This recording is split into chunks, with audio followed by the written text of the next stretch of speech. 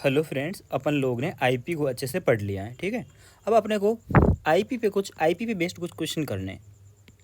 तो क्वेश्चन के लिए पेन ले लेते हैं ये, और आंसर के लिए लेते हैं ब्लैंक। ओके, तो अब अपन करते हैं आईपी पे कुछ क्वेश्चन। अब आईपी पे आपको क्वेश्चन देखने हैं। पहला क्वेश्चन है, वो क्वेश्चन है कि आपको 4F सीरीज़ में आईपी का ऑर्डर बताना है। आप बोलोगे 4F सीरीज़ में आईपी का ऑर्डर तो आपने बताया नहीं भैया। तो आपको एक बेसिक तो चीज़ पता है ना, क्या चीज़, कि पीरियोडिक टेबल में अगर अपन लोग, पेन तो यही चेंज करना पड़ेगा बार बार, लेफ़्ट टू राइट जाएंगे तो आईपी क्या होगी, इंक्रीज़ होगी। अगर एक्सेप्शन होता तो मैं बता देता आपको। तो अब आपको सिर्फ 4F सीरीज़ के एलिमेंट याद होने चाहिए, लेफ़्ट टू राइट इंक्रीज़ याद कर दो। क्या थे 4F सीरीज़ के? लेंथेनॉइड, लाके, पैर नदी में, पाँव समुंदर में, यूं गड तब दिलभर हो, अरे तुम तो यूं भी, और लास्ट में आएगा LU। इस साइड जा रहे हैं ना, तो बिना किसी एक्सेप्शन के आपकी जो आईपी है वो क्या हो रही होगी, बढ़ रही होगी। ये इसका आंसर आ जाएगा। आ गया समझ में? ऐसे के ऐसे ही 5F सीरीज़ का ही होगा सेम। आपको एलिमेंट के नाम याद होने चाहिए, लेफ़्ट टू राइट इंक्रीज होती है, कोई दिक्कत होती नहीं है। ठीक है, उसके बाद में अगला जो क्वेश्चन है, क्वेश्चन नंबर 2, वो आपका 5F सीरीज़ का आएगा। तो 5F सीरीज़ के एलिमेंट का नाम लिख दोगे और आंसर जाएगा left to right increase. Left to right जाओगे तो इंक्रीज़ होगी बिना एक्सेप्शन के। पूरे एलिमेंट का नाम नहीं लिख रहा मैं, ताकि वीडियो लंबा ना हो जाए। चलिए अगला क्वेश्चन है, पहले मैं क्वेश्चन लिख लेता हूँ। 3 number question, oxygen, fluorine, chlorine, sulphur, mix question है थोड़ा। क्वेश्चन 4, ये है फ्लोरीन, क्लोरीन, ब्रोमीन, आयोडीन। ये सारे क्वेश्चन यही मिलते हैं आपको क्वेश्चन जो प्रैक्टिस करते हैं तब। क्वेश्चन नंबर 5 है बेरिलियम, बोरॉन, कार्बन, नाइट्रोजन। आसान सा क्वेश्चन। कभी कभी इजी क्वेश्चन भी डालने चाहिए, क्योंकि इजी भी एग्जाम में आते हैं। हार्ड भी डालने चाहिए। N-3, O-2, F-1। Question number 7, lithium +1, helium और बेरिलियम +2।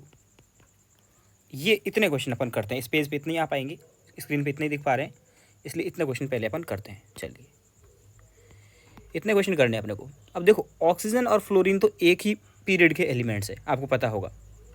लेकिन क्लोरीन और सल्फर एक ही पीरियड के एलिमेंट है। अगर आप पीरियोडिक टेबल में इसको ड्रॉ करोगे तो यहाँ आते हैं आपके जो भी एलिमेंट आ रहे हो, यहाँ ऑक्सीजन आया, ऑक्सीजन के बाद में फ्लोरीन आ गया, ऑक्सीजन के नीचे सल्फर होता है और फ्लोरीन के नीचे क्लोरीन होता है। तो पीरियोडिक टेबल में कुछ ऐसे इन एलिमेंट का रिप्रेजेंटेशन होगा।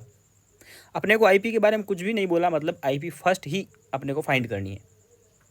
तो अगर आप अब देखोगे ना, तो आपको पता लगेगा कि यार पहले ऑक्सीजन और फ्लोरीन में ऑर्डर लगा हुआ IP1 का, तो फ्लोरीन की आईपी ज़्यादा होगी ऑक्सीजन से, होगी।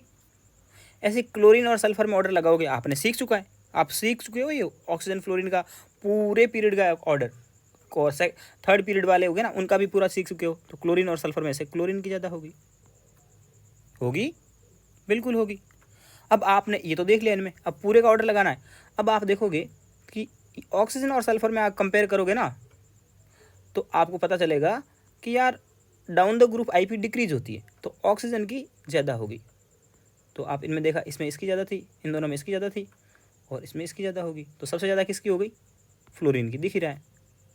डाउन द ग्रुप बढ़ती है ना, तो फ्लोरीन की सबसे ज़्यादा, फ्लोरीन के बाद ऑक्सीजन, ऑक्सीजन के बाद में क्लोरीन, और क्लोरीन के बाद में सल्फर। ये आंसर आ गया, समझ में आ गया आपको क्या? लेफ्ट टू राइट इंक्रीज करना था और डाउन द ग्रुप डिक्रीज करना था, और फिर उनका मिक्सिंग आंसर करना था। फ्लोरीन, क्लोरीन, ब्रोमीन, आयोडीन, ये तो आपको पता है पूरी टेबल ऐसे आते हैं, फ्लोरीन, क्लोरीन, ब्रोमीन और आयोडीन एक ही ग्रुप के एलिमेंट है। तो डाउन द ग्रुप डिक्रीज होगी, तो ऑर्डर आ जाएगा ये डाउन द ग्रुप डिक्रीज होता हुआ आईपी का ऑर्डर। ठीक है, बेरिलियम, बोरॉन, कार्बन, नाइट्रोजन, ये तो मैं पूरा ऑर्डर बता चुका हूँ आपको। चलिए लिखाते हैं अपन लोग। पहले लिथियम, फिर बेरिलियम और बोरॉन में एक्सेप्शन आता है, बेरिलियम की ज़्यादा हो जाती है बोरॉन से। फिर कार्बन, नाइट्रोजन और ऑक्सीजन में एक्सेप्शन आता है, और फिर फ्लोरीन, फिर नियॉन। यही तो ऑर्डर होता है।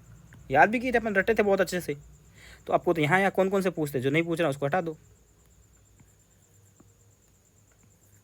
बस ये आ गया आपका ऑर्डर।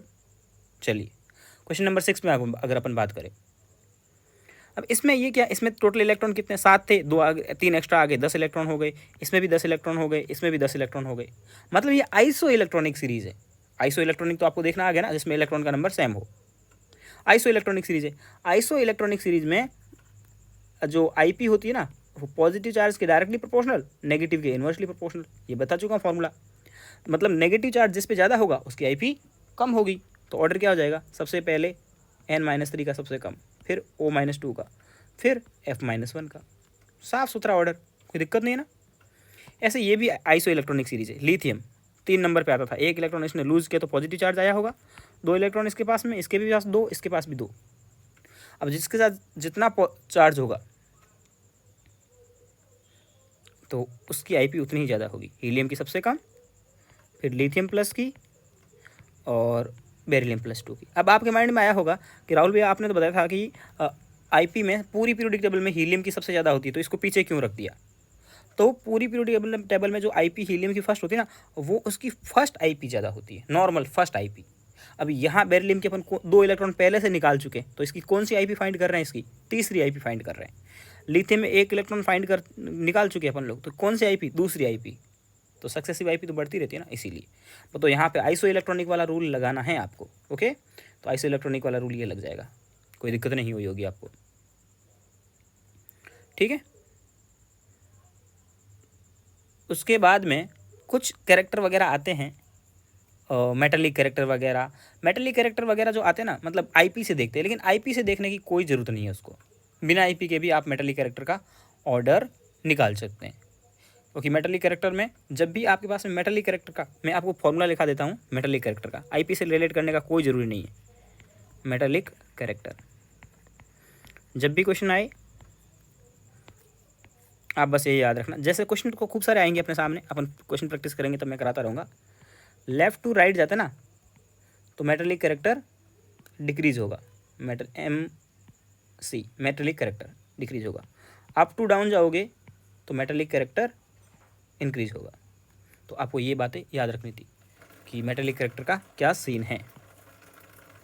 ओके, तो ये याद रखना। और मेटलिक कैरेक्टर का कोई भी क्वेश्चन आए वो आप कर लेना, कोई बड़ी बात नहीं होगी। मेटलिक कैरेक्टर निकालना बहुत आसान हो जाएगा आपके पास में। जैसे कि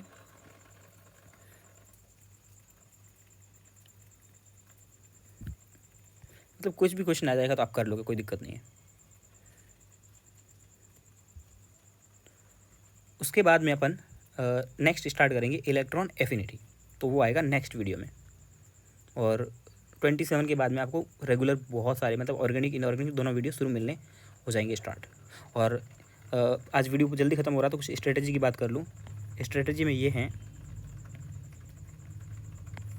ठीक है। स्ट्रेटजी में मैं जिस सर से पढ़ा था ना, उन सर से पढ़ा रहा हूँ, और उनकी कॉपी से बाहर कुछ भी नहीं जाएगा। तो मैं उन्हीं की कॉपी से करवा रहा हूँ। बट मेरे पास जो कॉपी है ना, मैं हिंदी मीडियम का स्टूडेंट था तो मेरे पास हिंदी की कॉपी है, तो वो आपके काम तो आने वाली है नहीं। तो मैं आपको ये जो नोट्स हैं इनका चैप्टर खत्म होते ही पीडीएफ दे दूँगा। पहले मैं सोच रहा था कि रेगुलर दे दूँ, बट रेगुलर देना पॉसिबल नहीं हो पाता। आपके पास में ये छोटे छोटे बहुत पीडीएफ हो जाएंगे, एक साथ सारे पीडीएफ को मर्ज करके मैं आपको दे दिया करूँगा। ठीक है, तो इसमें कोई बड़ी आपके लिए भी कुछ मुश्किल होगा नहीं। और उसके अलावा आप कोई भी एलन, आकाश, मोशन, इन मॉड्यूल के किसी के भी मॉड्यूल के क्वेश्चन कर लेना। आप उसे तीनों में से किसी एक के या किसी दो के एक के तो करने ही करने मस्ट है, और 2 के करने मतलब बहुत बेस्ट है, मतलब बहुत ज़्यादा बेस्ट है। क्वेश्चन लगा लोगे आप, और थ्योरी इतनी ही पढ़नी है जितनी मैं आपको पढ़ा रहा हूँ, और आपको थ्योरी देखने की ज़रूरत नहीं है। ठीक है, तो थ्योरी आपको इतनी ही देखनी है, इतना ध्यान रखना। और एग्ज़ाम अपना हो जाएगा कब, अपन मान के चल रहे हैं जून के फर्स्ट वीक में। उससे पहले एग्ज़ाम से 2 महीने पहले आपका मैं ऑर्गेनिक और इनऑर्गेनिक ख़त्म करवा दूंगा। और ऑर्गेनिक इनऑर्गेनिक कितना चल पाता अपना, उसके बेसिस पे अपन फिजिकल की बात करेंगे। मुझे व्यू की कोई चिंता नहीं है, क्योंकि मुझे पता है 15 लोग मेरे से पढ़ रहे हैं, और भरोसा करके तो मैं उनका सिलेबस कवर करवा दूँगा। ओके, तो आपको पता लग गया होगा कि अपन क्या क्या पढ़ने वाले हैं। और वीडियो की फ्रिक्वेंसी भी बढ़ जाएगी 27 तारीख के बाद में।